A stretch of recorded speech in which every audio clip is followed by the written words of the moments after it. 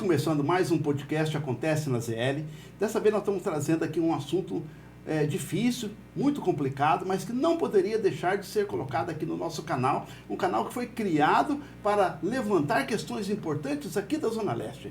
Eu estou falando aqui do caso do trágico assassinato do jovem Odail, em plena juventude, trabalhando no seu dia a dia, e foi brutalmente assassinado aqui em Hermelino Matarazzo na semana passada. Eu estou aqui do meu lado com a Micaele, que é a esposa do Odail. Bom dia, Micaele. Bom dia. E estou aqui também com o Rubens, que é um amigo de infância.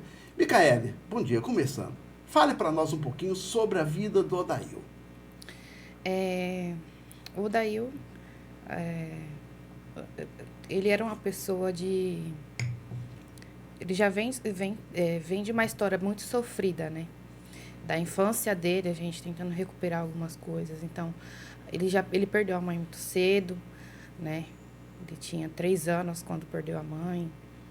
O pai teve alguns problemas aí, acabou meio que abandonando ele, né? Então, ele já vem de uma infância muito sofrida, de não ter onde dormir, ficar indo de casa em casa, morando com um, morando com o outro, morando assim, assado, sempre dando o jeito dele, né? Ele era o tipo de cara que você não via tempo ruim. Independente de toda a trajetória de vida dele, que foi assim, puxada, tinha um cara para dar tudo errado na vida dele. Ele não, sempre foi um exemplo de força, né? Um exemplo de superação, porque a depender de qualquer coisa, você nunca via ele triste, ele sempre demonstrava força. Ele chegava, onde ele chegava, ele era sempre bem-vindo, ele sabia entrar e sabia sair de qualquer lugar. Então, ele era um tipo de cara que ele não tinha tempo ruim. Se você... Ele falasse assim, ó, te considero. Você falasse assim, vamos, ele vamos. Independente do que for, ele ia. Por você e por qualquer outra pessoa que estivesse ao lado dele, né? Então, o Odail, ele era esse tipo de pessoa. Ele era a pessoa que era forte, que era aquele escudo, sabe? Que independente do que for, ele vai estar com a mesma postura de sempre. Mostrando força, trazendo força, né? Para todo mundo. Ele foi um pai maravilhoso durante esse tempo que eu tô com ele, né? Pelo que eu acompanhei. Ele sempre foi um pai bom. Fazia de tudo pelo filho dele. De tudo, né? O filho dele também, super apaixonado pelo pai. Era um grude com o pai. Um grude. Então, em relação a isso, ele era um cara sem palavras. Você pode tirar até pelo velório dele, a quantidade de pessoas que tinham, né? E ali era pessoas que realmente gostavam dele. Você via que ali ele conhecia de algum lugar. Porque ele entrava e ele saía e era o jeito dele, entendeu? Sim. O jeito dele era transparecer isso, era trazer alegria, entendeu? Ele via você, não vai ficar assim não, vamos fazer, vamos acontecer. E ele era esse tipo de pessoa, aquele que mesmo ele estando no fundo do poço, ele te levantava, por mais que ele permanecesse lá do jeito dele, mas ele te levantava, te ajudava a sair de lá, para ali não ver você triste. E para todo mundo, ele já estava fora do poço, né? Vamos dizer assim. Sim. Então, ele era esse tipo de cara, né? Aquele que mostrava força, que transparecia força. Entendeu? Rubens, você que é amigo de infância, né? Sim. Mais de 20 anos, ou quase 20 anos de convivência com ele. Sim. Fala como que era o dia a dia do Odail com os amigos, as brincadeiras. O Odail, na verdade, a gente sempre morou ali na mesma rua, a gente cresceu na mesma rua, né? Na Vila Itaim. Ali no Camargo Novo. Camargo Novo. Rua Maria Luísa de Souza, ali no Conjunto Mutirão, perto do Pesqueiro ali, o pessoal que é da região conhece. Eu não lembro o dia, assim, especificamente que eu conheci o Odail, porque a gente era muito criança e uma das grandes paixões do Odail foi futebol. Sempre foi uma paixão em comum que nós compartilhávamos desde criança, então desde muito jovens a gente jogava bola na rua junto, né? E aí a gente foi crescendo e com essa coisa que aconteceu dele perder a mãe, do pai infelizmente ter sido ausente, ele foi morar com as tias, né? E aí eu sei que ele dividia um tempo na casa da tia dele que morava no Vila Nova e alguns outros dias da semana ele passava na tia que morava na mesma rua que eu. A gente ia pra escola junto, jogava bola desde muito cedo. Depois, com o tempo, a gente foi crescendo, né? Ele acabou ficando mais pro lado lá do Vila Nova, que é uma vila ali perto do Santa Marcelina, que também é muito perto da nossa casa, perto do Hospital Santa Marcelina. Mas só que o futebol sempre nos uniu, porque a gente sempre jogou bola junto. Assim, o Odail era um cara que... Qualquer lugar que ele chegava, mano, ele alegrava o lugar. Porque ele sempre foi um cara, assim... Eu estava até falando com a minha esposa ontem, eu não lembro de... Eu nunca vi o Odail chorar. Eu, como amigo dele, ele assim... era forte. Muito forte, um cara muito forte. E aonde o Odail chegava, a gente dava muita risada com ele, porque... Até no futebol, né? Eu jogo de zagueiro e ele jogava de lateral. Então, ele sempre jogou do meu lado. E ele tinha um costume que era dele, é uma coisa dele. Os amigos de infância que vão assistir vai lembrar disso. O Odail, ele tinha um costume de dar o famoso rolinho, que é a sainha, né? Sim. O adversário vinha ali naquela sede e qualquer oportunidade que ele tinha, ele fazia isso. E aí eu xingava ele, cara, joga sério, para de brincar, não sei o quê. E aí depois, no final do jogo, ele fazia tudo aquilo se transformar num grande circo, assim. E depois do jogo, a gente começava a dar risada, falando, mano, como você é... Sabe? Tipo, eu tô falando esse lado humano esse dele, lado, né? assim, porque ele sempre, tudo ele fazia todo mundo dar risada no final. Sim. Ele chegava no vestiário, assim, tipo, incendiando a galera, soltando piadinha com um, soltando piadinha com o outro. Onde o Odail chegava, cara, ele fazia a felicidade de todo mundo. Acho que até um pouco sobre o que a Micaelen falou, eu postei uma carta pra ele, assim, no meu Instagram, falando que eu acho que, de coração, vou fazer 27 anos, eu moro na Quebrada desde quando eu nasci. Sim. Eu nunca vi, cara, um velório, um enterro que uniu todas as esferas, todos os lados da nossa quebrada. Sim. Porque ele era um moleque que... Querido. Um moleque muito querido, assim. Ele tinha a coletividade com a rapaziada do futebol, com a rapaziada do funk, com a rapaziada da Enel, com a rapaziada do sertanejo, tá ligado? Tipo, com a galera do skate. O cara, ele falava com todo mundo, ele trocava ideia com todo mundo, ele era querido por todo mundo, assim, sabe? É outra coisa que fez ele conhecer muita gente também, que era outra paixão dele, que era o Corinthians, assim. Foi. E o bicho era o corintiano igual eu, corintiano chato. Você também é corintiano? Sou. Ele era um cara, assim, que ele... Tudo que ele fazia, ele era intenso, tá ligado? Tipo, ele era intenso demais, e isso cativava muito, ele fazia muito a galera feliz. Como eu falei, eu nunca vi o Odail chorar, eu nunca vi o Odail triste, de coração. Não tô falando isso porque ele se foi, não, é porque é a realidade mesmo. Eu nunca vi aquele cara triste, ele sempre chegava com uma piadinha, com uma brincadeira. Então, assim, crescer do lado dele sempre foi isso, mano. Pra mim, se eu pudesse dar um sinônimo pra ele, o sinônimo dele seria felicidade, tá ligado? Eu queria te fazer uma pergunta um pouco mais difícil. Como que foi você receber a notícia de que ele tinha sido assassinado aqui em Hermelino Matarazzo? Caiu a ficha na hora? Eu não acreditei, né? Primeiro eu estava trabalhando, eu trabalho na Vila Olímpia. Aí 2 horas e meia daqui até lá, né? Estava em almoço. Quando eu cheguei do almoço, eu vi um amigo dele me ligando. Aí eu já comecei a tremer, né? Aí ele, daí eu levou um tiro e tá no hospital. Então, na minha cabeça, ele estava em algum procedimento cirúrgico. Estava em estado grave, mas ele estava com vida. E aí foi quando eu saí de lá do escritório desesperada. E aí eu vi todo mundo postando que ele tinha ido. E eu ligava para todo mundo e todo mundo... o médico tá te esperando, eu não sei. E tinha gente postando, comecei a silenciar todo mundo. Então, na minha cabeça, eu fui o caminho inteiro. De lá da Vila Olímpia até eu chegar no hospital, e eu só falava, por favor, não deixe ele morrer. Eu pedia pra Deus. Minhas orações eram o caminho inteiro pedindo pra Deus. Pra Deus não deixar ele morrer. Ai, eu vou chorar, não dá. Não tem problema, não. E aí eu vim o caminho inteiro, só, né, conversando com Deus e pedindo pra não deixar ele morrer. E eu via todo mundo postando, via as coisas e eu comecei a silenciar porque na minha cabeça ele ainda estava com vida. Então, eu só falava para Deus para não deixar ele morrer, né? Aí quando eu entrei lá, cheguei no hospital, fui falar com o médico começou a falar e sabe quando aquelas cenas de filme que quando a pessoa tá falando no fundo, você tá ouvindo ela falando, mas parece que é um filme. E eu fiquei assim, parada, né? E eu não conseguia acreditar. Então, as únicas coisas que saíram da minha boca foi que eu não acreditava que isso tinha acontecido. Eu não acreditava, eu não acredito, eu não acredito, eu não acredito. No entanto, eu quis até ver ele. Eu pedi para ver ele porque eu precisava ver, porque eu não estava acreditando, eu não conseguia acreditar que era verdade. Ele foi trabalhar, como que ele foi trabalhar e não vai voltar mais para casa, entendeu? E aí eu quis ver ele, vi ele. Quando eu vi, parecia que ele estava dormindo até, né? Tava cansado, como ele sempre dorme, sabe? Assim, sereno, como se ele estivesse dormindo. Sim. E aí eu voltei para casa e ainda a ficha não tinha caído. Quando foi no outro dia, que eu acordei de manhã, que aí eu vi que ele não tava lá e doeu. Aí doeu, porque até então eu não tinha acreditado, né?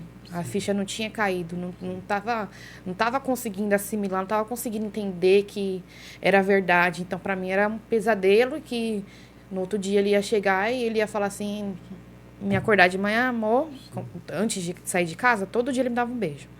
Todo dia, todo dia. Ele ia me acordar e tá tudo bem, tô indo.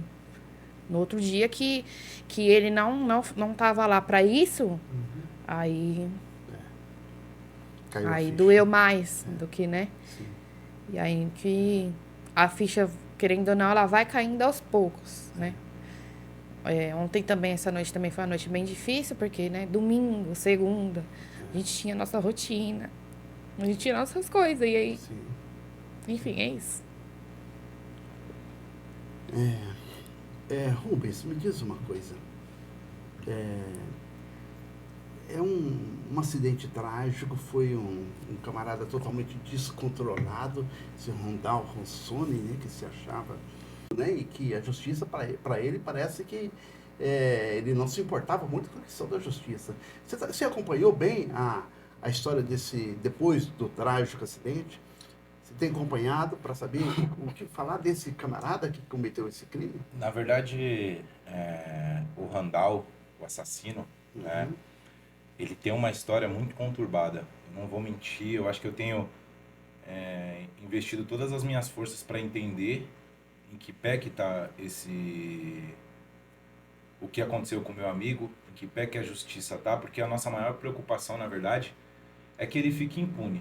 Na verdade, a gente sabe que a impunidade 100% não vai acontecer, que ele vai pagar pelo que ele fez, mas que ele pague preso, porque a história dele é muito conturbada, na verdade, né? Ele responde por Lei Maria da Penha, ele responde por agressão, por injúria, por aliciação de menor, né? Só aí você já falou de 4 processos. 4 então. processos que ele já responde. E com o decorrer dos dias, a gente... É aí, você me desculpe, é aí que eu acho que a justiça é falha. Extremamente. Como que um homem, né, com esse histórico de violência, poderia estar livre? Poderia estar circulando no meio aqui, porque ele era aqui da sociedade aqui, Hermelino Matarazzo. Sim, sim, muito conhecido de por uma sinal. academia, muito conhecido. Muito conhecido por sinal. Né? Porque é esse o papel. Nós estamos assim circulando no dia a dia, nós não sabemos quem está do nosso lado. Sim. Esse é o papel da justiça, e a justiça é falha. Sim. Numa hora dessa, isso é uma falha tremenda da justiça brasileira, que não vai a fundo do problema e veja quem realmente está trazendo perigo para a sociedade. Outra coisa que é importante pontuar em cima do que você está falando sobre a sociedade ser falha, Edivaldo, é que o Randall, ele já tinha quebrado uma medida protetiva. E a medida protetiva em que uma das ex dele, que ele agrediu, tinha contra ele, certo?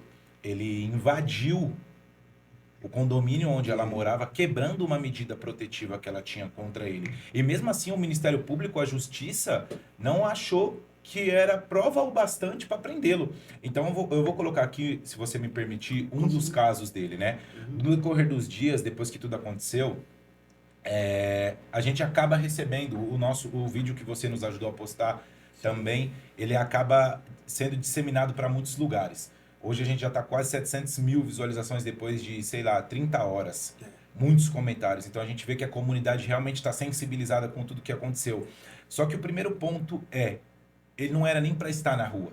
O que aconteceu com o meu amigo, com o esposo da amiga, com esse cara que era amigo de tantas pessoas, foi só o ápice de tudo que o Randall já vinha fazendo de muito tempo. Sim. Vou colocar aqui para você que chegaram tantos depoimentos aqui no meu celular, assim como no celular da Mica, de pessoas que conviviam com ele, de pessoas que eram próximos dele, que viviam no mesmo bairro.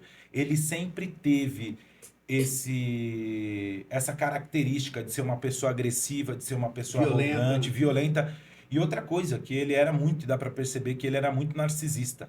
Ele fazia de tudo, sempre para estar por cima e para se sentir como controlar as pessoas, sabe? Eu vou expor aqui um caso que, por muitas pessoas mandarem para a gente acaba tendo acesso, e eu pesquisei, eu li bastante sobre esse caso, que é a ex dele, uma das ex-noivas dele, que é essa que tem a denúncia de Maria da Penha contra ele. Ele agrediu ela diversas vezes, ele manteve ela também em cárcere privado, né? Ao que eu tive acesso, ele gravou, ele teve relações sexuais com ela dentro da academia. Então, você que está assistindo esse podcast, você que treinava nessa academia, ou que conhece ele, ou que talvez já se relacionou com ele, você também pode, talvez, ter sido gravada, porque ele gravou sem o consentimento dessa moça. E ele guardou isso, né? Como forma de algum dia ameaçar. E ele usou isso contra ela. Teve um momento do relacionamento dos dois que ela quis terminar com ele. E para você ver o nível, Divaldo, do que é. E ele usou a gravação. Ele usou essa gravação, que ele gravou sem o consentimento dela na academia dele. Ele mandou para o ex-marido dela, mandou para amigos próximos dela, e ele mandou para a própria filha dele, que tinha 17 anos na época. Não sei quantos anos ela tem agora, para que ela mandasse esse vídeo para ex dele e falasse assim, ó, meu pai tá falando que se você não voltar com ele, ele vai expor. Ela, com muito medo de ter a história dela completamente manchada, ela voltou com ele. Nesse tempo que ela voltou com ele, ele deixou ela um tempo em cárcere privado, sem poder ver a família, sem poder ver amigos e sempre com constantes ameaças. No processo tem áudios dele, tem mensagens gravadas dele falando que ia raspar a cabeça dela, que ele ia espancar ela caso ela largasse dele e que ele ia espalhar esses vídeos para todo mundo. Só que chegou um certo momento que ela falou, meu, o que eu já estou vivendo já é um inferno. Então não vai mudar muita coisa se eu for exposta. Então foi nesse momento que ele pegou esses vídeos e expôs. Então você pega que além dele já ter agredido duas ex-esposas dele, que foram coisas que eu recebi, teve esse último caso dessa última menina. Ele expôs as fotos dela. Então, assim, ele usou a rede social da academia dele, ele usou a rede social dele como nutricionista, ele usou a rede pessoal dele, e ele tem um Instagram também, que eu já tive acesso, que é de frases motivacionais, que ele usou esse Instagram para postar as fotos dela. Então, ele falhou como profissional, ele falhou como pessoa, ele falhou como marido, ele falhou como pai. Isso mostra o ser humano desprezível que ele sempre foi. Sim. Só por que eu tô falando tudo isso? Porque não tem como a justiça ter olhado para um cara que já tinha feito tudo isso E deixar um cara desse na rua, o cara portando uma arma, e ele está pagando em liberdade. E pelo jeito ele tinha um porte de arma. Pelo que eu fiquei sabendo, eu não tenho a confirmação disso. Dizem que ele tinha um porte de arma, Sim. né? E outra coisa muito importante dessa história, quando ele faz a quebra da medida protetiva com essa ex dele, ele, através de um amigo que ele tinha, que morava no mesmo prédio, que é essa ex dele, ele entra no prédio, ele tá com a camiseta regata amarela, ele sobe, esse amigo, que pra mim também tinha que ser investigado, tá? Dá cobertura pra ele, ele se veste com uma roupa toda preta. Nessa época, a ex dele, ela tinha ido viajar. E ela deixou o carro dela numa vaga rotativa do prédio. E a chave ficava lá. Porque às vezes alguém do prédio precisava tirar para usar a vaga e trocar o carro dela de lugar. Ele colocou uma roupa toda preta, uma máscara. Ele pegou a chave do carro. Ele jogou diversas peças dentro do motor do carro. Ele deu um jeito de acabar com o carro e fundiu o motor do carro. Nisso, quando ele volta, a câmera de segurança pega também ele todo de preto. Só que, como todo mundo sabe que ele treinava, ele estava com uma camiseta regata longa. Sim. E era amarela, muito específica. E a camiseta vaza um pouco da roupa. E ali dá pra perceber que era ele. Depois que ele faz isso, ele ainda entra com um pedido de união estável, pedindo para dividir os bens, que seria o carro e uma aplicação que eles tinham na justiça. Mas ele omite, ele não fala que ele destruiu o carro. Ou seja, ele quis prejudicar a vítima, postando coisas íntimas dos dois em redes sociais, mandando vídeos íntimos, tendo relações com ela. Ele acabou com o carro dela, ele bateu E nela. ainda queria dividir os E bens. ele ainda queria dividir os bens. Então você vê um cara que ele é agressor, assassino, manipulador, ele é estuprador, pois no Perigoso. tempo que ele teve com ela em cárcere privado, ele forçou ela a ter relações sexuais com ela, com ameaças de que se ela não tivesse relações com ele, ele ia postar esses vídeos. Então a gente está falando de um assassino, um manipulador, a gente está falando de um agressor, de mulheres, a gente está falando de uma pessoa que era um estuprador, uma pessoa que aliciou menor, ele mandou o vídeo para a própria filha, cara. Então como é que a justiça deixa um cara desse na rua? O Ministério Público analisou o caso e disse que não achava cabível que ele estivesse preso. Só que não só está solto, ele estava solto e armado. Então, a nossa maior reivindicação de tudo isso é que a justiça seja feita. Sim. É que unam todos esses outros crimes que ele já estava respondendo e que ele tinha que pagar preso, una ao ápice, que foi a morte do meu amigo, assassinar o meu amigo por um motivo fútil. Ele estava devendo a conta, cara. O meu amigo só foi fazer o trabalho dele. Sim. Ele estava lá para levar o sustento. Sim. Ele estava lá para levar o sustento, dar o futuro pro filho dele, dar um futuro que ele não tinha conseguido. Ele queria dar estudo pro filho dele. Sim. Ele queria que o filho dele tivesse oportunidades que ele não teve. O objetivo dele era ver a geladeira dele cheia, era ver o armário cheio para uma criança que já tinha passado necessidade. Meu amigo tava lá, só desempenhando o trabalho dele, cara. A gente, há 2 semanas atrás, eu tinha encontrado com ele, a gente jogou bola junto.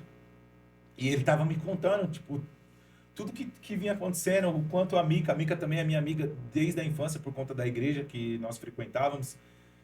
E ele me falando, caraca, irmão, você é louco, a mina mudou minha vida, mano. Tipo assim, tá tudo dando certo, tô próximo do meu filho.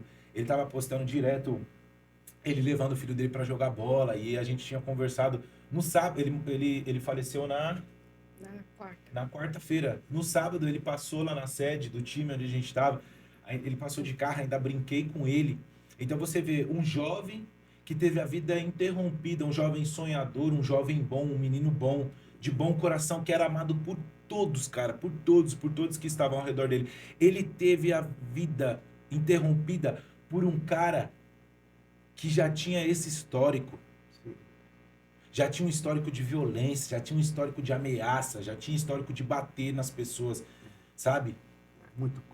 Ele interrompe uma vida, um cara que já era pra estar preso. Sim. E a culpa disso também é da justiça, cara. Lógico que é. A nossa justiça que é falha. O Randall não poderia estar na rua. Ele não tem condições de conviver em sociedade. Ele não tem as condições de conviver em sociedade. A morte do meu amigo foi o ápice do que o Randall fez. Micaela, diz uma coisa. Eu vi uma denúncia gravíssima num jornal de que a Enel, parece, ou a contratada, tinha uma meta de cortes por dia, se não me engano, 30 cortes por dia. Ele chegou algum dia a falar isso para você, da preocupação dele de estar na rua? Assim, eles têm a meta de cortes dele por dia, porque Sim. querendo ou não, assim, você tem que tentar entender, acho que cada lado, né? Porque assim, a empresa, ela precisa prestar contas, né? Como ela é terceirizada, ela precisa prestar conta para a Enel. Suponhamos que a Enel passe uma quantidade de cortes por essa empresa. Então, ele tem que passar isso para cada funcionário seu. Existia, sim, essa meta de cortes. Ele até falava, a gente cortou tantos por dia, a gente cortou tanto, a gente precisa cortar tanto. Existia, sim, não vamos dizer que não existia, mas existia, sim, essa meta, existia, sim, essa pressão para poder fazer. Mas, querendo ou não, acaba sendo o trabalho dele, né? Porque ele precisa prestar conta, ele precisa... Mas você sabe que eu tenho outro entendimento disso. Acho que por trás de toda essa tragédia, a Enel também é responsável Não, é pela lógico morte que é. pela morte do Odail. Lógico Porque que se a Enel não fizesse a pressão sobre a contratada não iria passar essa pressão para o funcionário. Sim, mas... Então, em última instância, a Enel também tem Não. a mão manchada de sangue do Odail. Eu acredito Me que desculpa, ela... eu estou falando aqui talvez uma coisa que quem está aí nos ouvindo pode não estar entendendo, mas na verdade é o seguinte, a partir do momento que a empresa estabelece uma pressão, estabelece meta de cortes, Ela tem e que dar o um jovem é seguro obrigado a pra ir isso. lá sem segurança, sem qualquer tipo de segurança, de peito aberto, cortar a energia de uma pessoa, às vezes seja um pai de família que está ali sofrido no momento em que precisa da energia, mas a Enel vai lá, não faz um entendimento social para ver realmente a necessidade, para ver se é o caso de corte.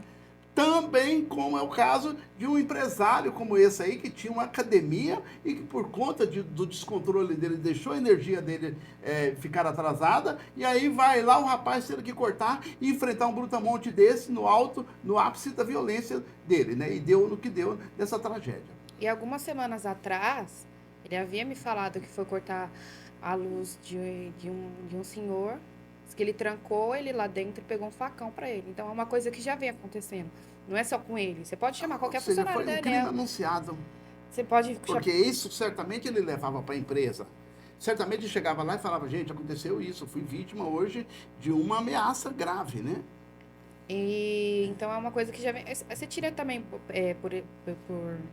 de exemplo o caso que teve recente que foram cortar a luz lá e espancaram o senhor e ele foi até para UTI. Foi a mesma coisa, só que tipo assim, já são coisas que já vem acontecendo. Não sei se vocês viram isso. Não, eu não cheguei a Você ver. chegou a ver? Sim, cheguei a ver. E até 2 dias... no dia seguinte à morte do Odail, tinham 2 meninos também, 2 funcionários de uma terceirizada. E um senhor que estava devendo a conta, ele pegou o carro dele, que era acho que no vídeo era um Honda Fit preto, e ele tenta atropelar os 2 meninos. Assim, é bizarro. Eu tenho um vídeo no meu celular, eu recebi. E assim, eu vou entrar em cima dessa pergunta que você fez com a Micaelen, porque essa questão do número de ordem de cortes, eu parto de um pressuposto.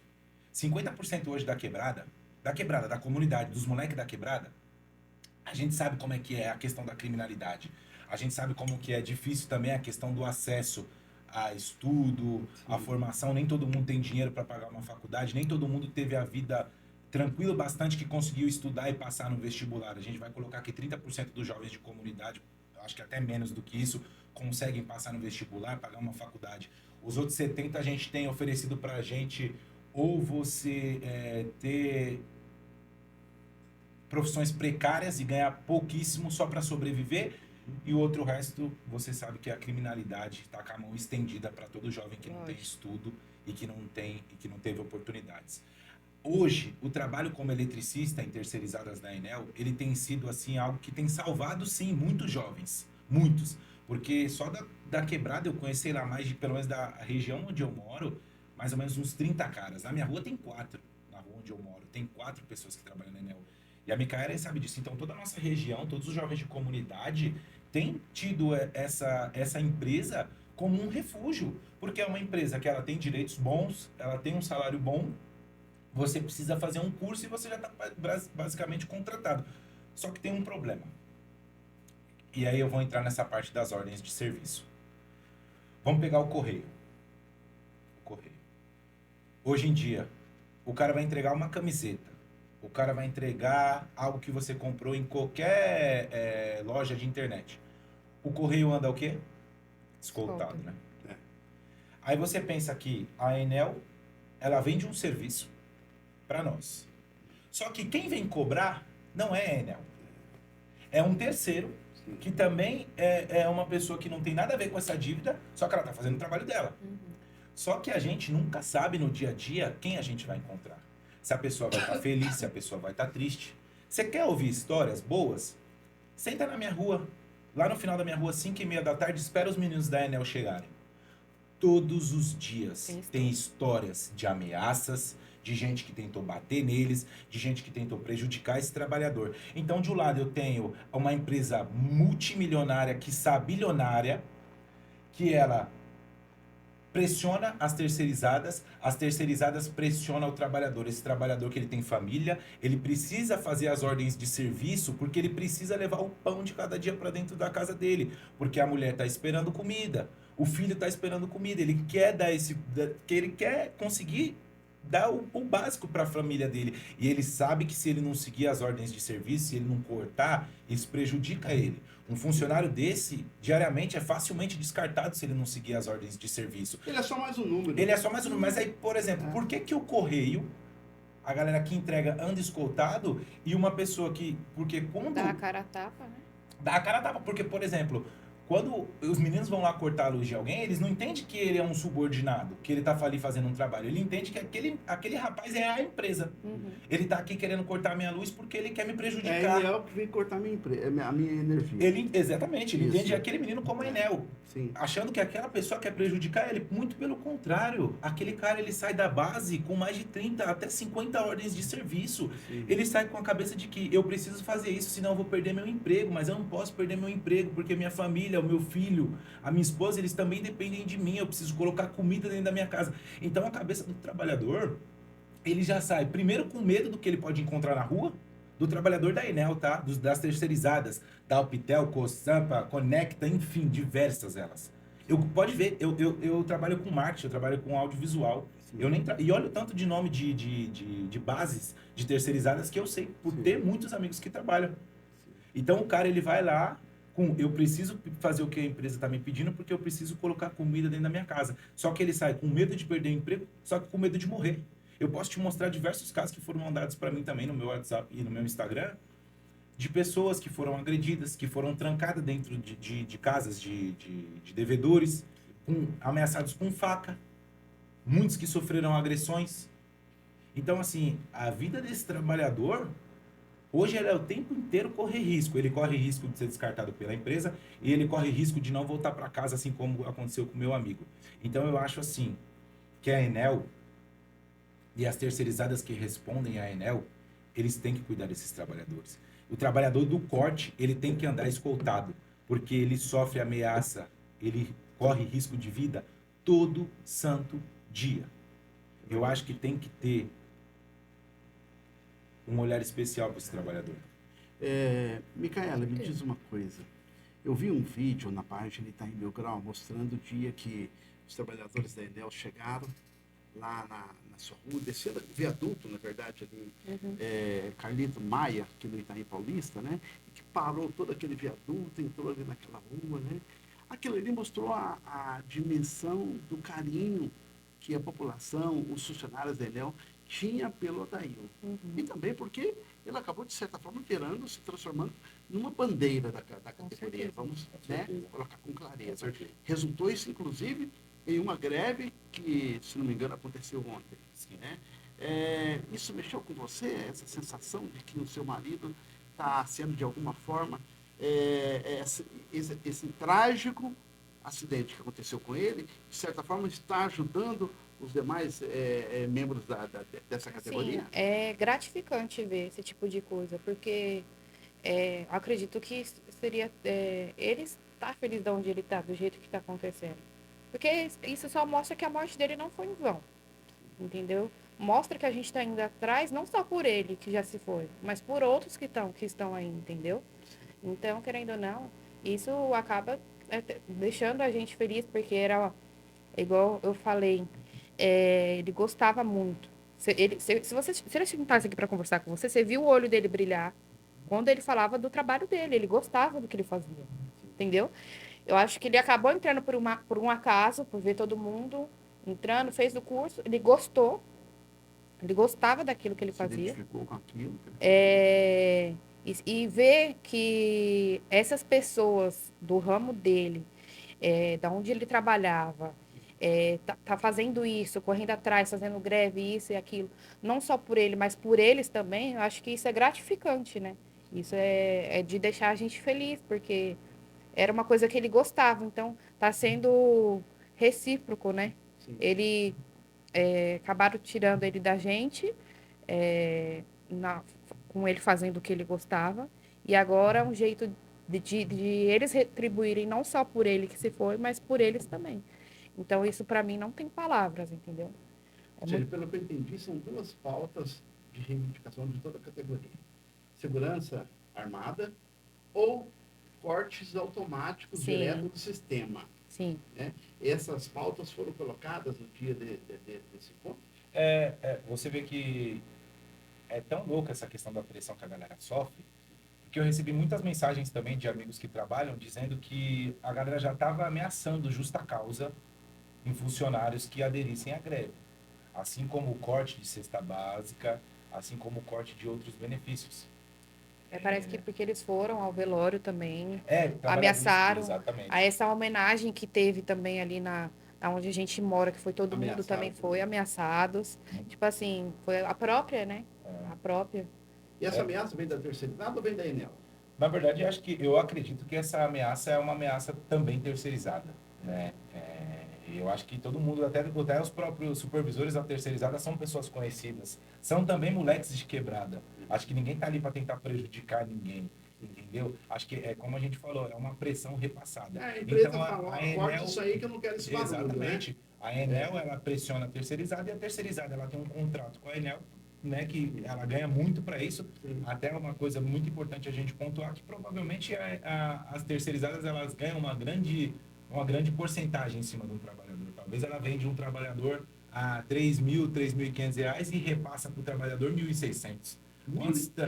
1.600? É uma das bases de... Esse salário. é o salário base? Então, assim... A pessoa coloca a vida dele em risco por causa de 1.600.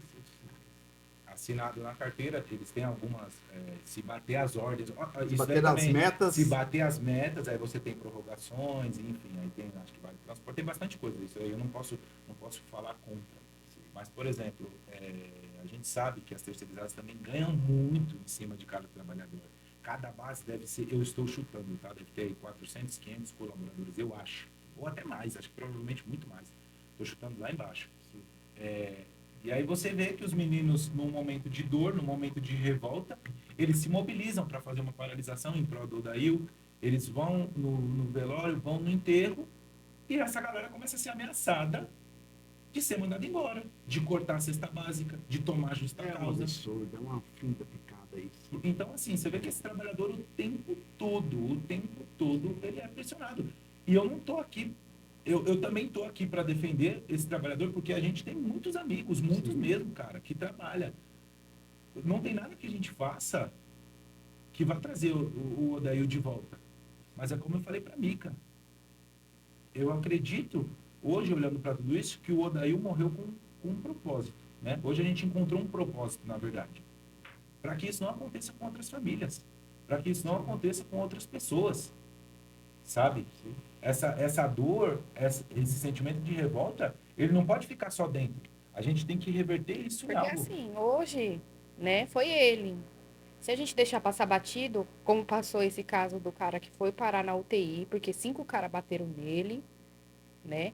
Ele estava trabalhando, foi a mesma coisa, foram Esse cortar. outro caso aí que correram com um facão atrás do rapaz também, que você falou há pouco. Uhum. Então, a gente está falando de casos que viralizou, né? Esse daí.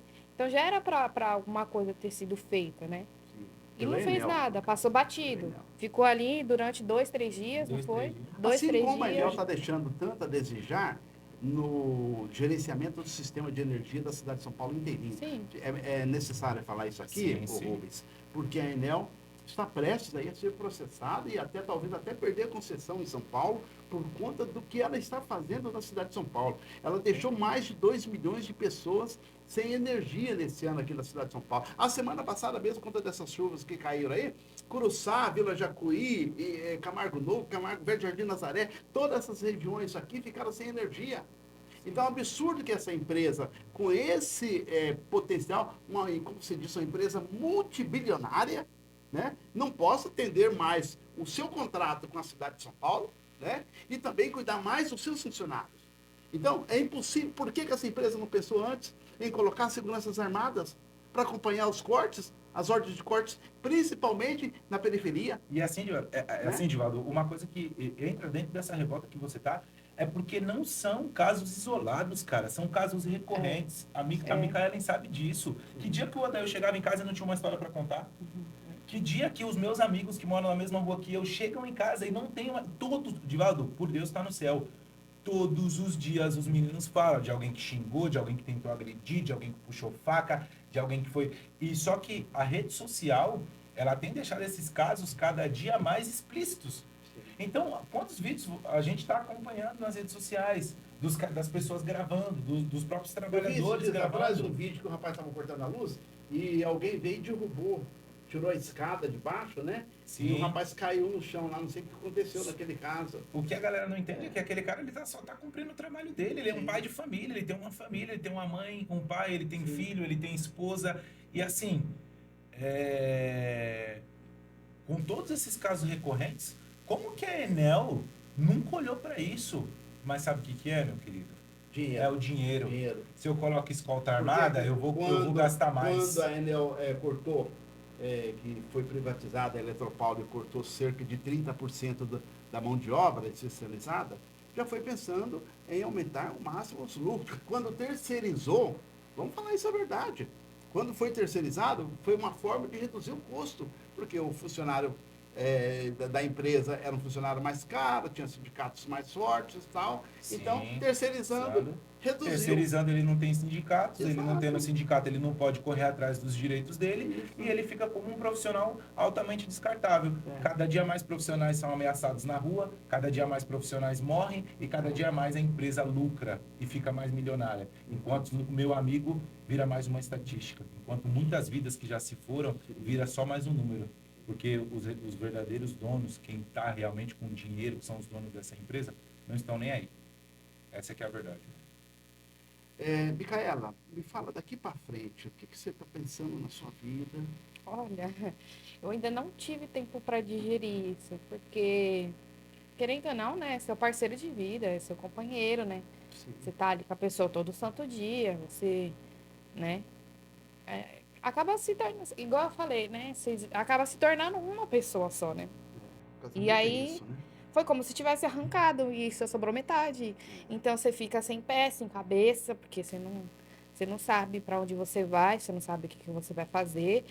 Você fica assim, você não tem reação, entendeu? Porque, tá bom, eu sei que eu preciso seguir em frente, mas como que eu vou seguir em frente? Sendo que eu comecei tudo isso com ele, entendeu? Como que eu vou terminar agora sozinha? Como que eu vou continuar sozinha? Entendeu? A gente tinha nossos planos, nós tínhamos nossos sonhos. Como que eu vou realizar todos eles sozinha, entendeu? Então é uma coisa que a gente que ainda tá digerindo, né? A gente vai tentando aí no dia a dia, pensando com calma, vendo como que vai ser. E não tem como eu te dar uma resposta certa. Falar para você uma coisa que toca no meu coração, que Deus é Senhor de todas as coisas, tá? Que Deus esteja acompanhando, está cuidando de você, assim como está com ele ali em cima. Eu não tenho dúvida nenhuma, o Senhor, o tempo, né? O Senhor de todas, nesse momento é só o tempo mesmo para afastar essa dor que vocês estão sentindo, que principalmente você e o filho estão sentindo, né? E os amigos mais próximos. É só o tempo para resolver isso. Você é uma menina muito jovem, eu tenho certeza absoluta que você vai um dia não esquecer, né? Mas vai ter que continuar a vida até para poder levar esse legado, né, da história que vocês tiveram para frente. Não interessa amanhã como vai estar a sua vida, interessa que Deus vai dar um andamento na sua vida, não tenho dúvida disso. Amém. Rubens, eu queria te falar uma outra coisa que pensando já nessa questão pós-processo. Está inegável, está consumada aí uma responsabilidade direta da Enel também nesse caso. Sim, com certeza. Entendeu? Então, vocês pretendem, eu não sei o caso, se essa resposta pode ser dada por você ou pela Micaela, mas vocês pretendem processar a empresa por essa responsabilidade solidária no caso da morte dele, não apenas processar o criminoso, claro que esse vai ter que apodrecer na cadeia, né? Mas também processar a empresa por não ter dado condições de trabalho para o Adail? Assim, é uma coisa que eu tô vendo ainda, né? porque, como eu falei, tá tudo muito recente, né? Sim. Então ainda você acaba demorando para digerir as coisas. Mas eu pretendo eu espero muito uma resposta da Enel, porque até agora não me deram satisfação de nada. Nem Nada? A nada. empresa não mandou nem ninguém? Agora, a terceirizada que ele trabalhava, que no caso é a Alpitel, eu não tenho palavras. Sim. Deram total apoio desde o primeiro contato e até hoje continua dando apoio para o filho dele. No entanto, pagaram tudo do velório, tudo, tudo. Eu não tive que Sim, me a preocupar com terceirizada. nada. Isso. Não tenho que falar Mas a Enel deles. não mandou um representante da Enel no Não. velório, no enterro, não mandou ninguém. Assim, que eu saiba, não. Não, que eu saiba, Porque não. se tivesse mandado, eu teria procurado você. Tinha que trazer as condolências do presidente da Enel direto para a esposa do funcionário que foi assassinado. Mas aí entra a parte de que Né? a terceirizada, ele não. É o que a Enel tem feito, tá? Desde o começo. Não foi um funcionário Deve ter da Enel. terceirizado até as Não, Foi condolências. não diretor foi lá. o terceirizado da Enel. Não foi um funcionário da Enel. Foi o funcionário de uma terceirizada. Automaticamente, a própria Enel, enfim, ela já afasta essa responsabilidade. Não era Entendeu? meu funcionário. Era Era funcionário de uma da- terceirizada. É isso. Você entendeu? Só que se você olhar atrás das costas da terceirizada, está escrito lá, por exemplo, Enel. Alpitel a serviço Da Enel. da Enel. Sim. Só que no momento que morre, no momento que tem um acidente, no momento que Eles lavam as mãos. o pai de família, ele é assassinado brutalmente, tem sua vida interrompida, não. Não é meu funcionário. É funcionário de uma terceirizada. Então aí, isso mostra mais uma vez o que eu venho batendo desde o começo. A gente precisa de justiça e essa empresa, não a mim, mas a Micaelen, ao Gabriel, que é um menino de 7 anos e vai crescer sem o pai, ele precisa de apoio. A empresa precisa botar a cara a tapa. Assumir a E sua sustentar, né? responsabilidade. E bater no peito. Não, Sim. eu vou sustentar, Sim. eu vou fazer, entendeu? Não, e mais do que isso, rever o sistema que Rever deve ser montado. Rever o sistema, porque não é possível manter um sistema podre desse, né? De mandar pessoas desarmadas, né? De peito aberto, desprotegido, enfrentar gente enfrentar raivosa. pessoas raivosas, pessoas que estão desesperadas. E aí você pega, Né? você pega, por exemplo, que é algo recorrente. Sim. Às vezes os meninos, eu sei disso, porque no dia a dia é falado. Pensa, às vezes é uma senhora de 85 anos. A senhora às vezes nem enxerga. Como é que um funcionário vindo da quebrada, que sabe o que é você passar fome, que você passar necessidade, ele vai chegar na casa de uma senhora de 85 anos que mora sozinha e cortar a luz dessa senhora, porque ela não pagou? Me explica. Eu acho também que a eletricidade tinha que ser uma coisa básica. O Estado tinha que fornecer. E caso a pessoa não pague, ela de alguma forma tivesse multas que ela pagasse com o Estado. Sim. E o Estado segurasse essa conta. Não você mandar outra pessoa que também vem de quebrada, que também sabe o que é isso, para ir lá botar o peito e representar a empresa. Isso não existe. Hoje a tecnologia tomou o mundo. Como é que os caras não têm forma de automação para isso? É isso. Como é que... Aí eu já ouvi várias e várias vezes os meninos falarem, mano, eu cheguei na casa do cara, o cara é acamado. Tava o cara e a mulher dele, o cara precisa de, tipo, fazer procedimentos durante o dia. Não tem como cortar a luz desse cara. É uma senhora de 80 nesses anos. casos, existe um departamento da Enel que pode analisar esses casos ou não? Não sei te dizer. Isso aí eu não sei te responder, cara, mas eu acredito que não. Eu acredito Porque que se não, tivesse, porque o eu acho que sabe o que próprio acontece? funcionário teria um telefone, tipo O assim, ponto- ó, liga nesse número aqui, Isso, liga nesse número que eles liga nesse que eles vão número e conversar. conversa com eles, passa a realidade de vocês. Sim. Sim. Que é o tal negócio, eu sinceramente, pela minha história profissional, eu sempre fui a favor de redução do tamanho do Estado. Mas em alguns casos, a privatização trouxe um mal muito grande, que é o caso da Enel. Porque ela é uma empresa leonina, que só está atrás de lucros. O importante para a Enel é levar grandes Exatamente. lucros para os seus acionistas. Exatamente. Não está nem aí para Brasil, para São Pra Paulo. população não tá e nem muito aí menos pra galera de periferia, muito menos. Exatamente. Muito menos, porque Então, eu tô aqui para contar a história do meu amigo e ser porta-voz de uma dor que a quebrada carrega, sim, certo? Porque como eu falei, Infelizmente foi o Odail, mas eu tenho diversos amigos que trabalham lá. Poderia ser qualquer um. Poderia ser qualquer um deles. Mas a questão principal é que a empresa está pouco se lixando. O trabalhador, às vezes, até questão de comoção. Como eu falei, ele encontra com uma pessoa que não tem condições de pagar a eletricidade. E esse menino, às vezes, ele vê naquela mulher a mãe dele, que também um dia já não teve condição de pagar. Como que é para ele ter que cortar a luz daquela pessoa? Então são diversas discussões. A gente poderia ficar aqui, eu posso ficar aqui 5 horas com você discutindo, falando sobre isso. É um sistema podre. O sistema da Enel é um sistema podre que só visa lucro. Não está nem aí para a vida do trabalhador. Eles estão pouco se lixando. O que eles querem é lucrar. E por causa da ganância desses caras, o meu amigo perdeu a vida dele. Sim. Eu queria falar agora sobre o andamento do processo. O criminoso está na cadeia, né? Parece que a prisão em flagrante foi transformada em prisão preventiva, né? Me explica melhor como que está esse processo. Você quer falar um pouco, Mica?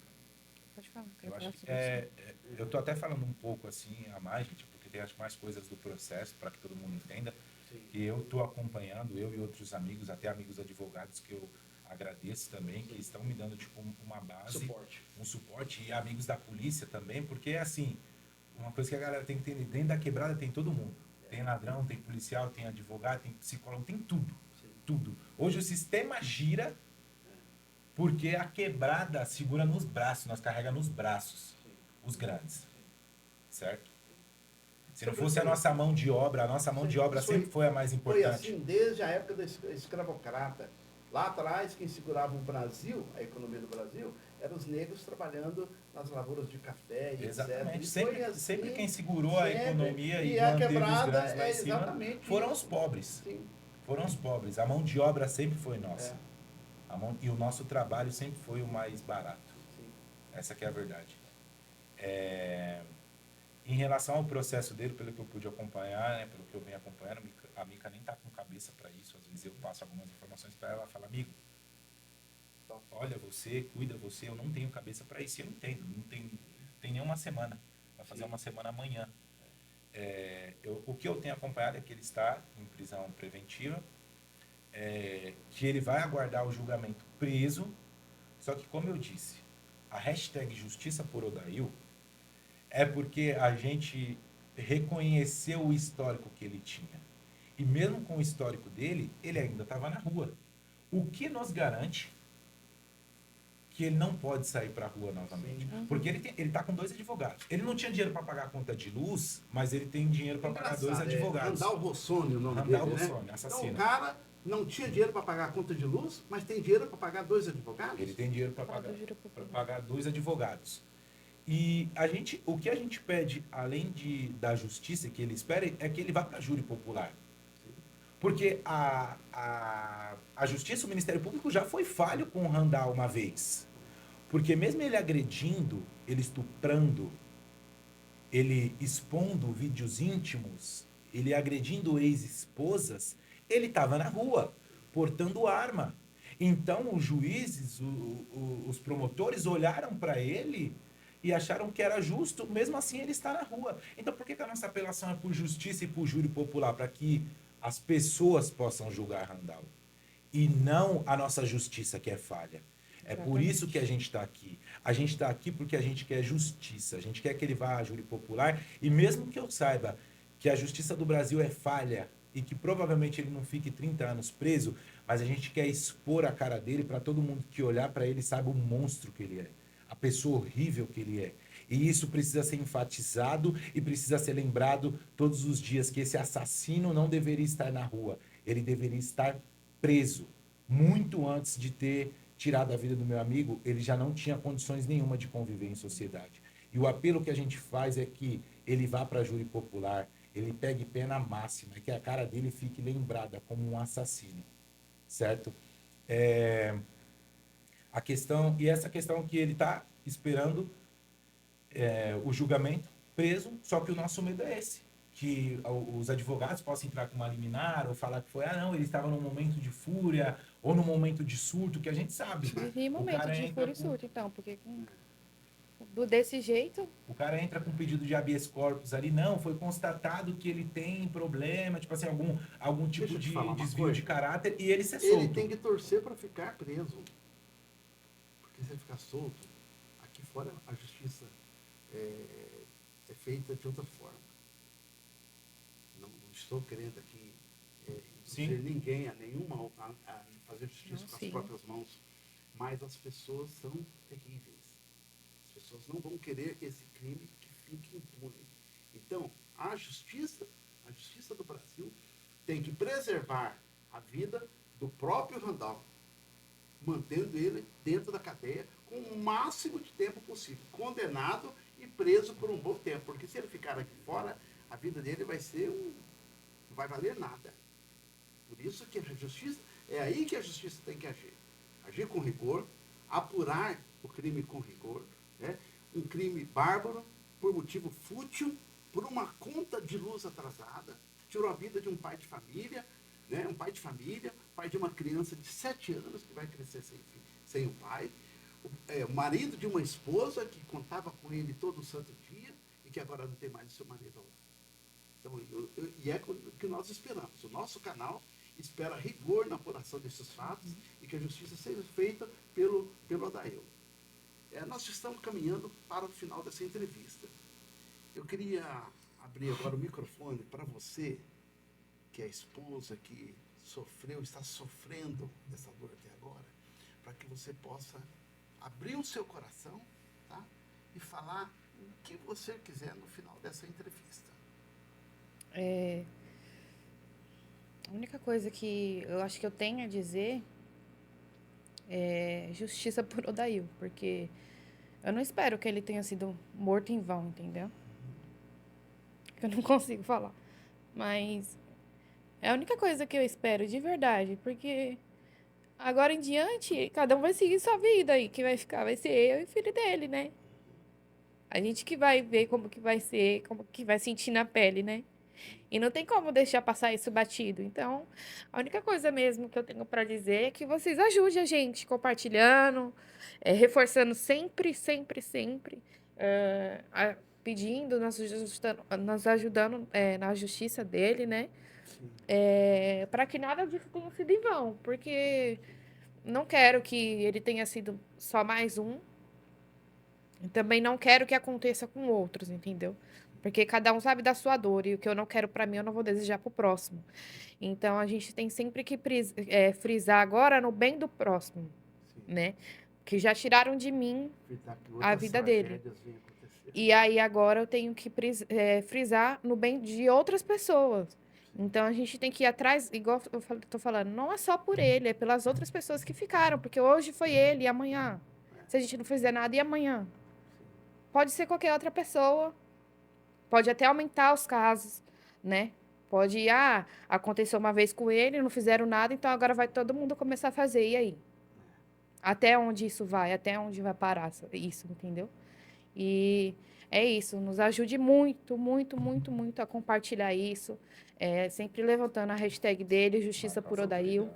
Compartilhe bastante, bastante, bastante, para chegar em todos os lugares possíveis aí.